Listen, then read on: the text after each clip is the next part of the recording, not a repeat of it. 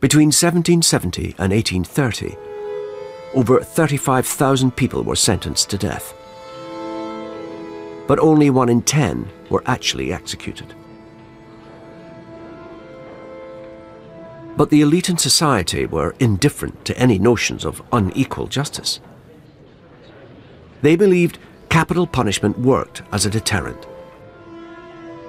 And even enlightened thinkers of the time, such as the churchman and philosopher William Paley, were able to justify this even if innocent people were executed. And when he was told that many people were hanged who didn't deserve it or who might even be innocent, "Oh," he said, in a very fine language, of course, "so what? These people may be deemed to have hanged for England." In other words, their deaths were part of the price we had to pay for social order and deference to the established hierarchy.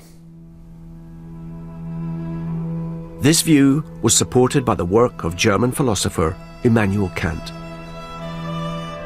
who argued that even in a civilized society, the state had the right to punish the individual. For Kant, the only purely evil thing is an evil will. So you measure the seriousness of the crime by the attitude of the criminal. For Kant, the death penalty was a moral imperative. It was a duty, but it was to be done without any emotion. We did it as a matter of duty. And in fact, we celebrate human dignity by executing them, by saying, you are a responsible agent. You chose to do what you did, and you deserve to die for it. We will not look at you as a means to deter others from committing crimes. He firmly believed that you never use a person as a means to your ends. Human beings are ends in themselves. Kant's ideas continued to influence the debate about punishment into the 19th century and a new Victorian era. But by the 1830s, the election of the Whigs into government brought a new reforming agenda. The Reform Act famously gives the vote to the middle classes, but also a lot of the statutes on the Bloody Code are repealed, so that by the end of the 1830s, you can hang really only for murder.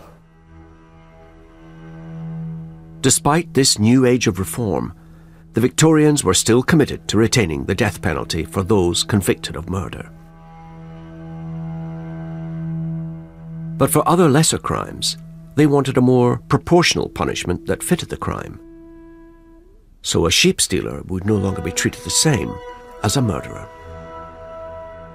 Punishment ought to be not only proportional, but by being proportional to the offence, rational. Measurement, proportionality is one big idea that begins to unseat the old system that had, of course, gone back for centuries. Dismantling the Bloody Code had an immediate effect on the Victorian justice system. Now juries were more likely to convict in the knowledge that the death penalty no longer applied. They eliminated capital punishment from rape in 1842.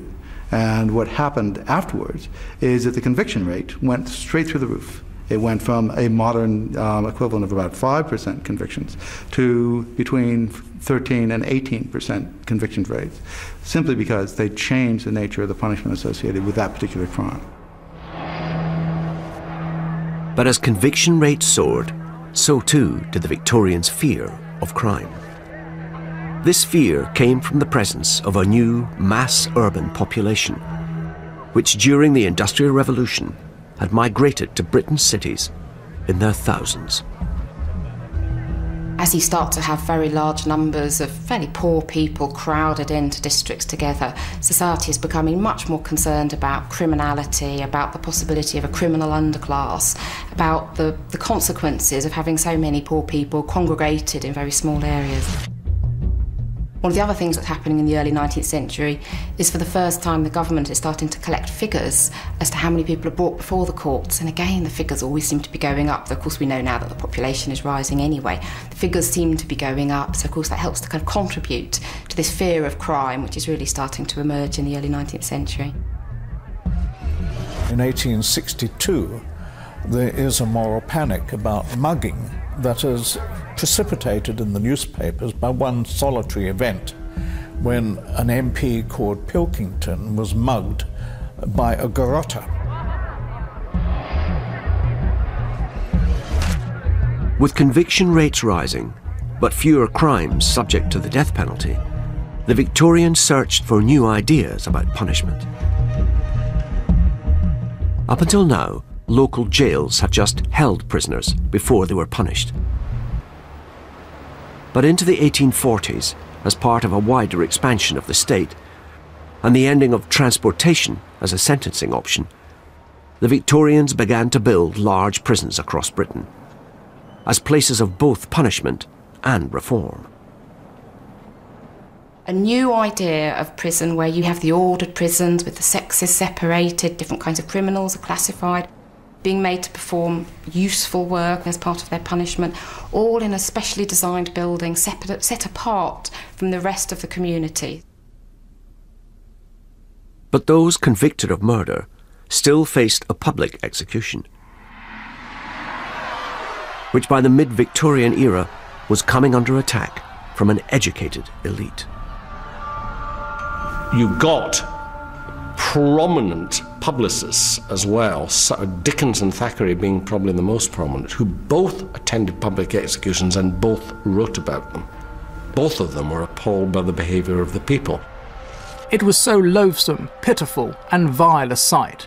I did not see one token in all the immense crowd, at the windows, in the streets, on the housetops, anywhere, of any one emotion suitable to the occasion.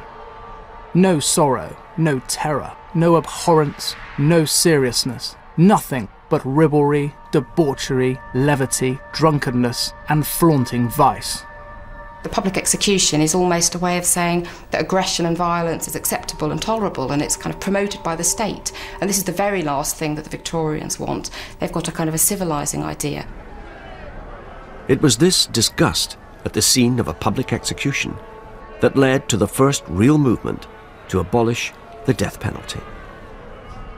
By the 1840s, there's a really very serious movement for total abolition of capital punishment in England that pulls in people like Thackeray.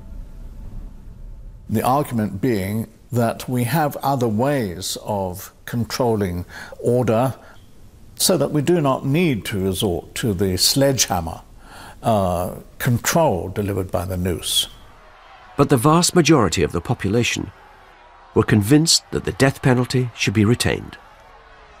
And this view was openly supported by the Church of England. Now, capital punishment is a peculiar punishment because it was justified specifically on biblical terms. All the arguments were to do with the Bible. After all, fines or community service, or even being put in the stocks, don't actually appear in the Bible. You know, they have killed the image of God, another human being, and so they will be killed themselves. And that was accepted by practically everyone. Convinced that the death penalty was sanctioned by God, the Victorians turned to their newly built prisons to solve the debate over public executions. It was one of the suggestions of Bishop Wilberforce that we've got these wonderful prisons. Why don't we put capital punishment into a prison? In 1868, the last public execution was carried out on British soil. Michael Barrett, an Irish Republican, was hanged outside Newgate Prison while the crowd sang a popular music hall tune, Champagne Charlie.